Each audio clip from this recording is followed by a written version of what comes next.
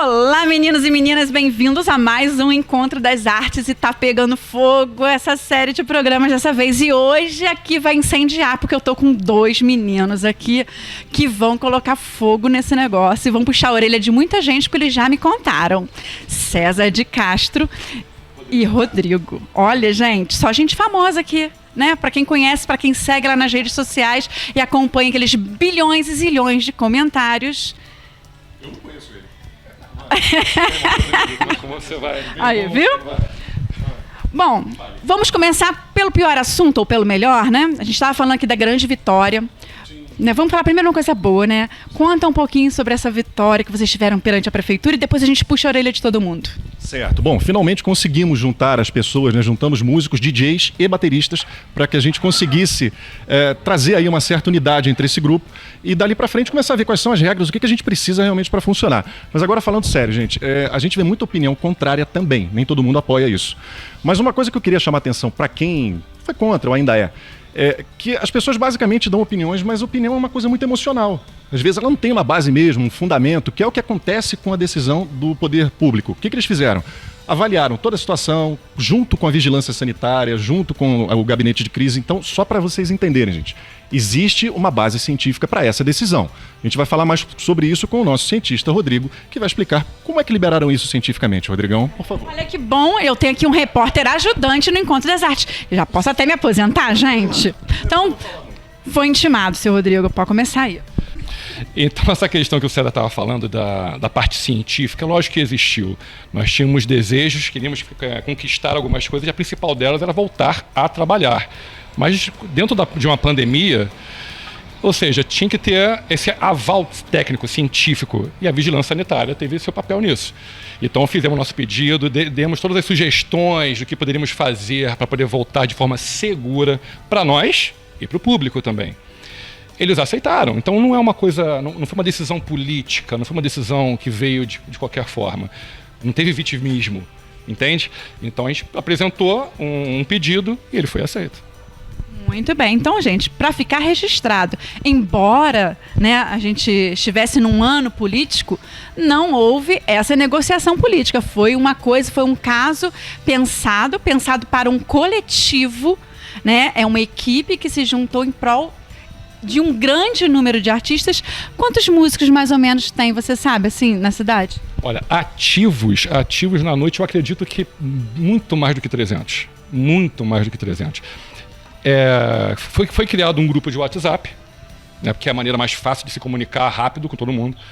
E todo mundo que foi lembrando alguém foi puxando. Então chegou a quase 400 músicos.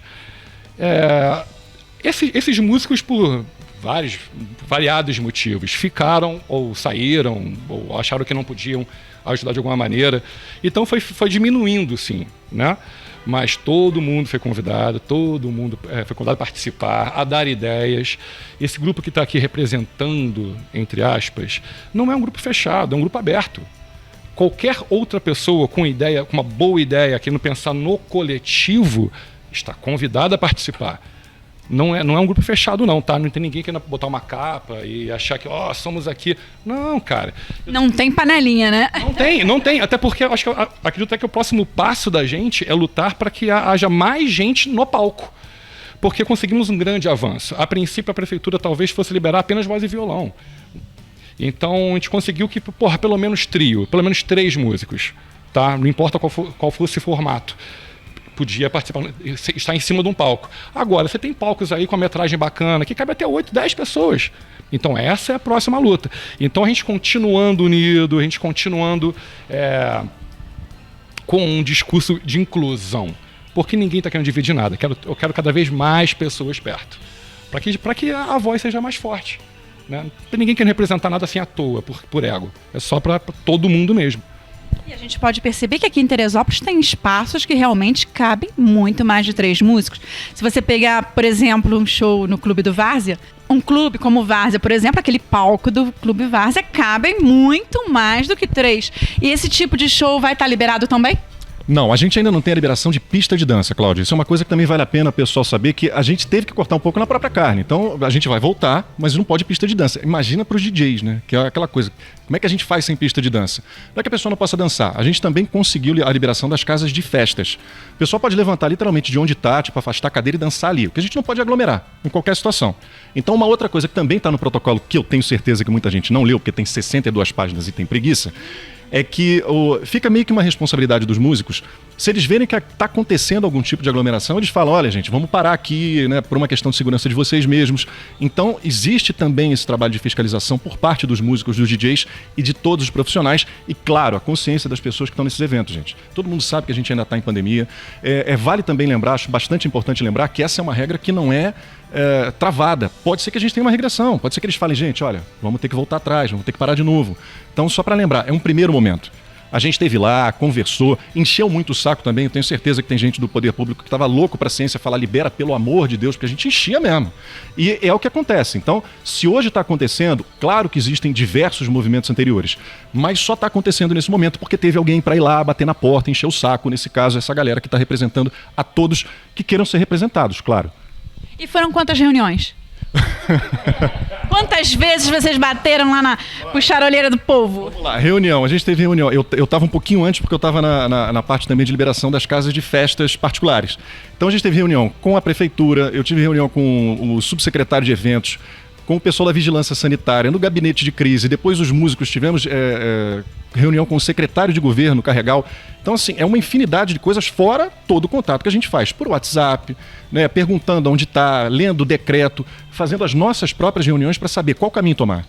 Porque tem uma burocracia. E qual foi o grande problema dessa história toda? Por que essa coisa só chegou agora? Porque a gente estava achando que o poder público ia chegar e falar, gente, olha, para trabalhar é assim. E não é. Todo mundo que está parado tem que ir lá e apresentar alguma sugestão para que eles avaliem se ela é certa ou errada, venha a ciência e use aquilo de base para possíveis alterações. Então foi isso que aconteceu. A gente só deu um pontapé inicial, mas a vitória é de todo mundo. Então vocês tiveram que fazer um grande estudo e bolar essas leis de protocolo para oferecer? Vocês tiveram que fazer uma proposta para eles? Exato. Como não tinha algo pronto do governo para a gente, então a gente teve que criar algumas. Por exemplo, músicos de sopro, metal, né? Eles estão terminantemente proibidos a trabalhar. Então nós pensamos uma maneira para que está no protocolo de viabilizar o trabalho dos caras. Então o que seria? Seria alguma espécie de proteção acrílica ou que fosse que impedisse, né, o lançamento de qualquer coisa que ficaria ali. Proteção para ele, para todo mundo. Ou seja, então isso a gente também teve que pensar. O que o César falou é importante salientar. Não é nem questão de uma responsabilidade do músico. O músico atua de forma colaborativa nos shows. Tanto o músico agora tem sim os protocolos, as casas já tinham também protocolos específicos. Já vinham abrindo restaurantes, né, e tal. Então acontece, a gente vai começar a trabalhar, vamos começar a tocar. Se o pessoal começar a se animar demais, eu tenho a minha forma de colaborar, que é no microfone dizer, gente, por favor, para que continue trabalhando, coisa e tal, fiquem nas suas mesas, coisa e tal. Então a maneira que eu tenho de ajudar é educando. Agora, se o pessoal beber um pouquinho demais e passar do ponto que levantar, aí tem que ser a casa, porque eles também fazem parte desse protocolo.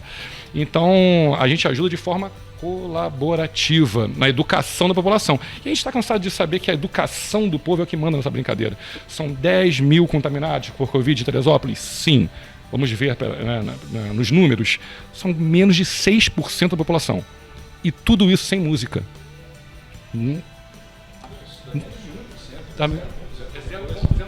Olha o debate, olha o debate. Não, é sério, gente, porque a gente tem que pensar em números. O que acontece? Imagina que você conhece alguém que sofreu um acidente de carro e aí você determina que ninguém mais pode andar de carro. O que acontece é que a gente tem 10 mil casos hoje na cidade antes da liberação dos músicos. Então, vale a pena pensar nisso. Uma outra coisa, não existe um aumento de número de pessoas possíveis nas casas de festas ou nas casas de show. Elas têm a capacidade de 50%, com ou sem músicos. Não há nenhuma alteração física nesse sentido. Então, o que a gente tem que pensar é isso. A gente sabe que o problema é grave, mas também tem que se pensar que os músicos vivem disso, né? Então, senão você vai ter dois problemas. Você imagina um músico na sua casa pedindo dinheiro. Não faça isso. Deixa esse povo trabalhar, pelo amor de Deus. E já falando sobre dinheiro, né? Vamos pensar um pouquinho. E o cachê, como é que vai ficar isso aí, hein? Bom, a gente tem que entender que, por favor, não me matem, né, cara? A gente tem que entender que tem que existir uma certa parceria ali também, né? Então o restaurante que tem a capacidade de 100 pessoas, por lei ele só pode ter 50 pessoas. Eu tenho que negociar com ele esse valor, esse cachê. Cada um de nós tem trabalhos em estágios diferentes, então cada um tem o seu preço. Isso num mundo normal, né? Então a gente tem que ter um bom senso de lidar com isso. Até porque o cara tem todo jeito também de falar, gente, esse valor eu não consigo pagar, então vou ter que buscar outro. Então basicamente é isso. Então a gente vai ter que pensar nisso sim, na questão do valor, tentar achar um bem bolado, do melhor jeito de todo mundo existir, todo mundo trabalhar bem e ganhar o seu. Claro, sem exploração e sem abusar da boa vontade do músico, não é verdade? Porque, assim, eu não nasci ontem e eu sei muito bem que aqui em Teresópolis o valor dos artistas não são pagos como devem ser. É verdade. Mas isso eu acho que é para praticamente todos, toda a classe artística que não tem aquela exposição tipo, a nível Rede Globo sofre com isso. Né? A gente sabe que o artista no Brasil ele não é visto como um trabalhador, ele é quase que aquela coisa, você é cantor e trabalha também? Então acontece muito isso. A gente tem que ver que são pessoas que estudam, que investem em equipamento, não é uma coisa que você faz da noite para o dia. Né? Se fosse, qualquer um faria. Então tem que ser valorizado sim, com certeza. Então, aqui, os empresários, eles podem contratar vocês agora? Como é que vai ser feito essa... Vocês vão até eles? Como é que vai ser feito isso? Desde que saiu a liberação por documento, todo mundo já pegou seus telefones e passou a notícia adiante, né? Porque aquele dono de casa que não sabia, do dono de casa, né, de show, que não sabia que tinha sido liberado, meu irmão, eu passei a notícia em primeira mão. Tá aqui, pode liberar e quando é que a gente fecha? Vamos lá, vamos nessa? É isso aí que acontece. O mercado está reaberto, certo? Então, cada um tem que... Tamo junto. Então, o mercado está reaberto. Vamos nessa, vamos batalhar. A gente, o Thor, todo mundo junto para conseguir dinheiro. É isso aí. E olha, o programa está aberto para vocês. A hora que vocês quiserem vir, falar, contar, explicar tudo o que vocês precisarem, o programa está aberto para vocês. Estão intimados, né? Que já vem para intimação, tá bom? Nós fizemos uma troca rapidinha e agora a gente voltou com o Vitor, presidente do fórum, e o Dudu. Olha, gente, como eu tô famosa, meu Deus. Só falando com gente famosa hoje, ontem e na semana passada. Vamos lá. Conta pra gente quais são os próximos passos. Aliás, primeiro vamos falar da TAC, não é isso? Explica pro pessoal o que é essa TAC, né? E o quanto ela está dificultando a vida dos músicos em Teresópolis. Olá, né? O que acontece? O TAC é um termo de ajuste de conduta entre o Ministério Público e o Poder Executivo. Em nossa cidade, ele foi reduzido o dB externo a eventos, a os irrisórios 54 dB, que a 45 o ouvido humano já não escuta mais. Então, o seu celular ou um ônibus passando já chega a 60.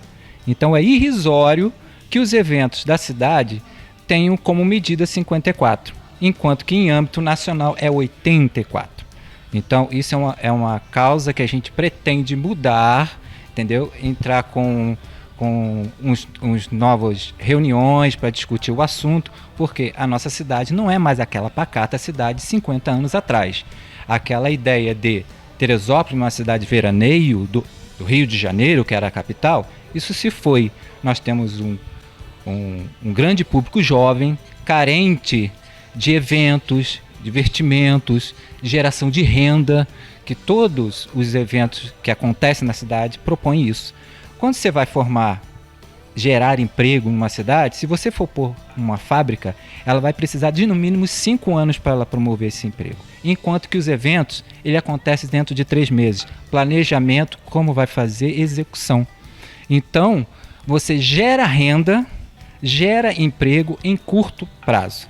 É claro que a gente tem que entrar em comum acordo de quem mora na cidade e precisa ser respeitado também. Mas é irrisório que a gente vá fazer um evento em praças, que é comum em qualquer lugar. Os eventos não acontecem somente dentro de clubes, acontecem com o turismo, fora, em praças, em parques de exposições, essas coisas. Então, a gente tem que ter um comum acordo de melhorar esse TAC para que seja conscientizado que as pessoas possam saber, o evento até tal hora ele tem determinado DB, pós tal hora ele vai ter um decréscimo e pós tal hora é a finalização. Para quê? Que a gente possa trabalhar. Então não é somente num evento só os músicos que estão ali, é produtores, são faxineiros, são seguranças, são cozinheiros, são montadores, são uma grande gama de trabalho que é formado em um evento. Então, não é somente o carnaval. O carnaval é uma grande festa popular que gera milhões de renda ao país, mas acontece no Rio de Janeiro. Mas por que não pode acontecer em Teresópolis? Porque todo mundo sai daqui e vai para o Rio. Ora, está gerando renda para outra cidade, enquanto que a nossa se decai. Então, a gente é um próximo passo a seguir. A gente conseguiu um primeiro passo que é voltar a trabalhar por causa da pandemia. Foi uma reunião de todos que chegamos a esse pequeno grupo, mas é em favorecimento a todos. E com certeza a gente vai progredir para novos passos e melhorar tanto o cachê quanto quantidade de trabalho na cidade. Só então tem aí uma lista de próximos passos e essa equipe vai estar juntinho aí torcendo, e quem quiser vir para a equipe, vir participar com ideias, como é que faz? Vai ter rede social, não é isso que você estava falando também? Pode passar de uma vez, aí o pessoal já anota aí, já entra lá, curte. Olha, a gente está pensando já em promover uma página de divulgação de artistas locais, para quê? Como em outras cidades, eu que acompanho artistas de outros locais, produtores também, que eu faço produção também, eles se reúnem e com isso promovem os próprios artistas locais. Ou seja, quando vem um artista grande, você vê uma grande publicidade do show de fulano aqui na cidade. O que acontece? Todo mundo vai. Então a gente vai criar uma nova publicidade em rede social, isso já está sendo discutido no nosso grupo, para que a gente motive as pessoas a participar dos eventos dos artistas da cidade. Por que não? Não é verdade? Vamos prestigiar os artistas locais. Nós somos trabalhadores. Não é somente o pedreiro que precisa voltar a trabalhar, não é somente o mercado, não é somente a farmácia. Todos nós precisamos de renda para o nosso sustento. Nós temos família. Então, é uma próxima etapa que a gente também está discutindo sobre essa publicidade de como voltar a trabalhar com segurança e informativo dos artistas locais. Muito bem, pode contar com a página do Encontro das Artes, do Instagram e tudo que a gente tem. Pode colocar tudo lá, todos vocês. Está sempre aberta para vocês. A página do Encontro das Artes, ela vem para divulgar exatamente isso, os artistas e os eventos de Teresópolis. A gente já está aí um pouco mais de 2 anos com a página e está aberta para vocês também. Vamos voltar aqui ao nosso Vitor Collins com a eleição do Conselho Municipal, eleição do Fórum Municipal. Olha só, Fórum de Cultura e Eleição. Vitor, como é que foi essa sua presidência, nessa estadia no Fórum? Pois eu estou até dezembro agora, né? Vamos começar a eleição. Eu entrei porque o presidente saiu, eu estava como vice, então assumi logo no início da pandemia. Foi bem nessa confusão toda. Porque eu vi que não podia deixar o fórum sozinho na mão. Ninguém ficou. Aí eu assumi, corri atrás, com contatos, nós nos juntamos e não deixamos o barco afundar, né? E agora em dezembro acaba o mandato e faço o convite para você que está assistindo, que faz parte da cultura, seja música, seja teatro, ou qualquer área da cultura, artesanato, enfim, para fazer uma chapa para concorrer na próxima eleição, que é muito importante a gente pensar no coletivo. E através do fórum a gente consegue alcançar nossos objetivos como num coletivo como um todo, né, Carlos? Olha só, então, Vitor, eu já convido você a fazer uma outra entrevista, vir aqui um outro dia, para a gente abordar todos esses assuntos do fórum e você explicar direitinho o pessoal que está assistindo e que vai assistir como é que vai ser feito isso e para que, se houver uma chapa, outros artistas querendo, para que possa. Se não acontecer, você volta, continua. Com certeza, volto sim. Ah, então tá bom. O Encontro das Artes vai ficando por aqui. Eu espero que vocês tenham curtido esses 2 programas que a gente fez sobre a volta dos músicos aqui para Teresópolis, a volta dos shows, né? A volta dessa animação que a gente gosta tanto.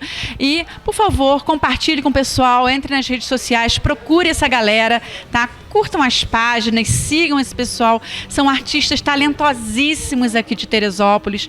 Vamos valorizar os artistas de Teresópolis. É uma coisa que eu falo todo o programa.